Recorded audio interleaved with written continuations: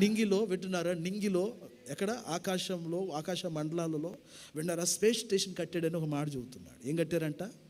Space station ఒకటి కట్టాడు. అందులోకి వెళ్ళి కొంతమంది ఉంటున్నారు. దానిలోనే ఉండి వింటున్నారా? అంతరిక్షంలో జరుగుతున్న అనేకమైన కార్యాలను గురించి అక్కడ పనులు చేస్తూ వాటిని అనేది కొంతమంది అక్కడే ఉంటున్నారు. నా మాటలు గమనించాలి. ఏమని రాశాడు బైబిల్ గ్రంథంలో? హబక్కుకులో అని అనుకుంటున్నాను. నువ్వు ఆకాశమునకెక్కి, వినాలి ఇప్పుడు, చదవద్దులేవి, మీరు ఆకాశమునకెక్కి గూడు కట్టి నన్ను అక్కడి నుంచి కూడా నేను కింద పడేటట్టు చేస్తాను అన్నాడు బైబిల్.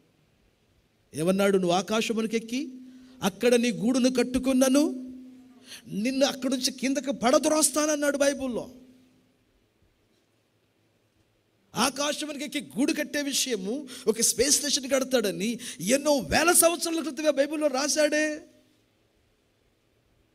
దేవుడు బైబిల్ గ్రంథములో రాసిన అనేక మాటలు ఈ రోజులో నెరవేర్పులోకి వస్తున్నాయే. యూఫ్రటిస్ నది ఎండిపోయింది అన్నాడు. అది ఎండిపోయినప్పుడు దైవ రాకడ సమీపంగా ఉందని గమనించన్నాడు. యూఫ్రటిస్ నది సృజింపబడిన నాటి మొదలుకుని వింటున్నారా, మొన్నటి వరకు కూడా అది ఎండిపోయిన చరిత్ర దానికి లేదు. బట్ ఈ మధ్యలో నది ఎండిపోయినదనే వార్తలు వస్తున్నాయి.